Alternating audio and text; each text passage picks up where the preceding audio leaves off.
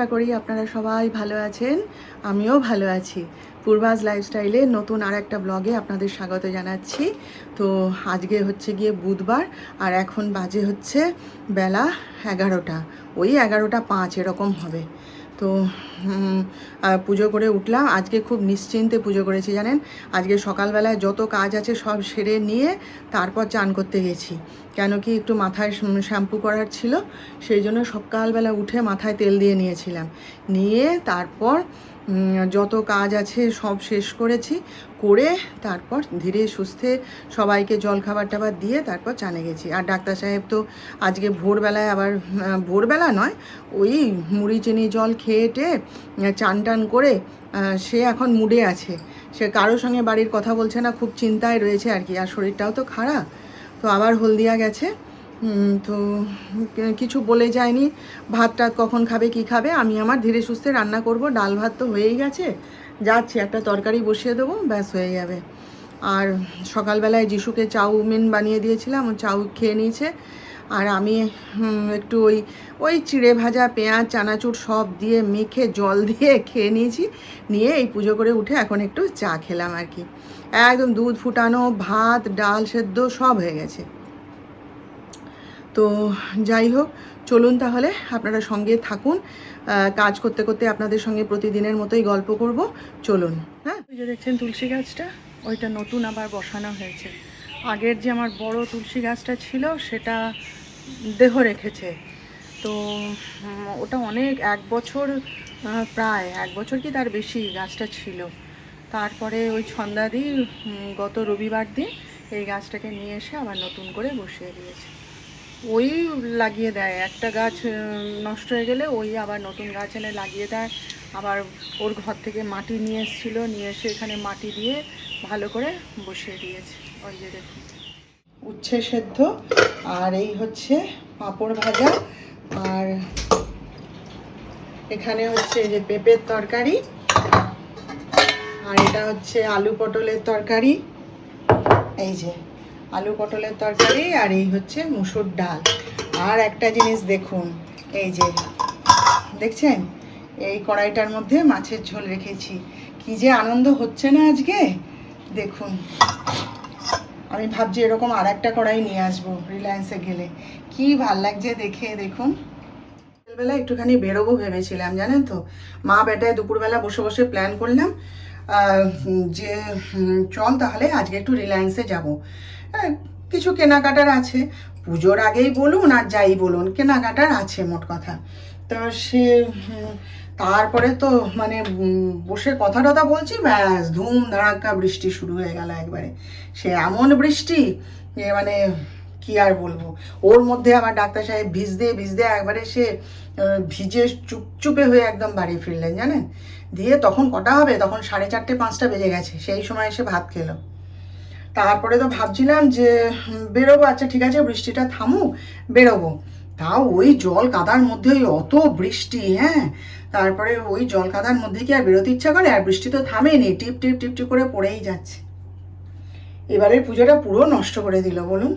এমনিতেই সবার মন খারাপ, সমস্যার সমাধান তো হলোই না। ভাবলাম বুঝি পুজোর আগে সব সমস্যার সমাধান হয়ে যাবে। সে কোথায় কি, সে তো চলছে এই, কবে যে সমাধান হবে তার কে জানে। হ্যাঁ, রোজই টিভির দিকে তাকিয়ে বসে থাকি, এই বুঝি একটা সমাধান হলো, একটা কোনো খবর পেলাম। আর তারপরে তো এই তো বন্যা হয়ে কি অবস্থা আমাদের এখানে, পাঁশকুড়া ডেবরা সব তো ডুবে কি অবস্থা, আপনারা তো দেখছেনই টিভিতে। আর নতুন করে আর কি বলবো বলুন, আনাজের কীরকম দাম বেড়ে গেছে বলুন তো। বাড়বে না? সেদিনকে ডাক্তার সাহেব বলছিলেন, বলে পাঁশকুড়া স্টেশনটা একদম গলা অবধি জল জানো, এত। তা এই অবস্থার মধ্যে কি আর মানুষের পুজোর আনন্দ করতে ইচ্ছে করে বলুন তো? চারিদিকেই কিরকম একটা যেন সে বিরুদ্ধ পরিস্থিতির সৃষ্টি হয়েছে না। মন ভালো নেই কারো, ওই জন্যে। একটা দুর্গা পূজা বলে কথা বলুন বাঙালির, হ্যাঁ, বছরে একবার হয়, এত বড় পূজা, লোকে কত আনন্দে মাতে। এবার যেন সব মরে গেছে, সব যেন কেমন মরা। চারিদিকে লোকে কিনছে, দোকান বাজার করছে, যাদের বাচ্চা টাচ্চা আছে তাদের জন্য জামা কাপড় কিনছে, সবই হচ্ছে, কিন্তু কেমন যেন একটা, তাই না? আগের বছরেও আমরা যে পরিমাণ হুল্লোড় করলাম, আনন্দ করলাম, এবছর কোথায় কোথায় এবার ভালোই লাগছে না কিছু। তবু যা হোক, পূজা বলে কথা, তাই না? আমার গোবিন্দের এখনো জামা কেনা হয়নি, নতুন জামা একটা কিনতে হবে না বলুন? সবাই পরছি আমরা, তো তার জন্য কিনতে হবে না? গোবিন্দের জন্য জামা কিনবো, তারপরে আমার যে শাড়িগুলো কিনেছি তার ব্লাউজগুলো কিনতে হবে, টুকিটাকি অনেক কিছুই কেনার আছে। তাই এই যা আরম্ভ হয়েছে, এই পরিমাণ বন্যা, হ্যাঁ, জল ছেড়ে দিয়েছে, তার মধ্যে যদি আবার বৃষ্টি হয় কি হবে বলুন তো এবার? ভালো লাগে না। যাই হোক, চলুন একটুখানি চা করে খাই। কণার সমস্ত জোগাড় যন্ত্র কি রান্না হবে না হবে জোগাড় করে দিয়ে সন্ধ্যা দিতে গেছিলাম, সন্ধ্যা টন্ধা দিয়ে এসে জল খাবার দিলাম যিশুকে খেতে, দিয়ে আমি এবার একটুখানি চা করব, কণা এসে যাবে। চলুন, হ্যাঁ, পরে কথা বল। 5-6 দিন আগে জানেন আমাদের হ্যাঁ 5-6 দিন হবে, 5-6 দিন আগে আমাদের ভারত সেবাশ্রমের যে স্বামীজিরা, তারা আমাদের নার্সিংহোমে এসেছিল জানেন। ওই পাঁশকুড়ায় যে বন্যা হয়ে গেছে সেখানে ওরা রিলিফ নিয়ে যাচ্ছে। ওখানে কোন বিধায়কের অফিসে ওরকম খিচুড়ি রান্না হবে, চাল ডাল সব পৌঁছে গেছে। তো আমাদের কাছে যেহেতু আমরা শিষ্য ভক্ত, তো সেই জন্য এসেছিলেন ত্রাণ সাহায্য নিতে আর কি। ডাক্তার সাহেব তো মানে তখন চান করে সবে উঠেছে, ফোন এলো যেরকম স্বামীজি এসছে, যে স্বামীজির আসার কথা ছিল সে আসতে পারেনি, সে চলে গেছে ওখানে খাবার দাবার রান্না করতে, অন্য স্বামীজি এসে বসে আছেন। ডাক্তার সাহেবকে বললাম তুমি মুড়ি জল খেয়ে তারপরে যাও। সে বলে কি না না, তারপর যদি আমার দেরি হয়ে যায় তখন ভাববে কি যে ওই ত্রাণ সাহায্য দিতে হবে বলে এলো না, আমি আগে যাই, গিয়ে দিয়ে আসি, তারপর আমি এসে খাবো বলে সে তো একদম পড়ি মড়ি করে দৌড়ালো, গিয়ে অর্থ সাহায্য দিয়ে এলো। আমাদের নার্সিংহোমে এসেছিলেন আর কি। তো দেখুন এই যে ভারত সেবাশ্রমরা যায় বা রামকৃষ্ণ মিশন, এরা তো সবার আগে পৌঁছায় ত্রাণ সাহায্য নিয়ে, কিন্তু এদের কখনো এদের যে সাহায্যগুলো সেগুলো কখনো টিভিতে দেখায় না, কিন্তু কোনো খবরে কোনো চ্যানেলে কিন্তু আমি আজ পর্যন্ত দেখতে পাইনি জানেন। কেন দেখায় না গো? দেখানো কি বারণ নাকি কি জানি।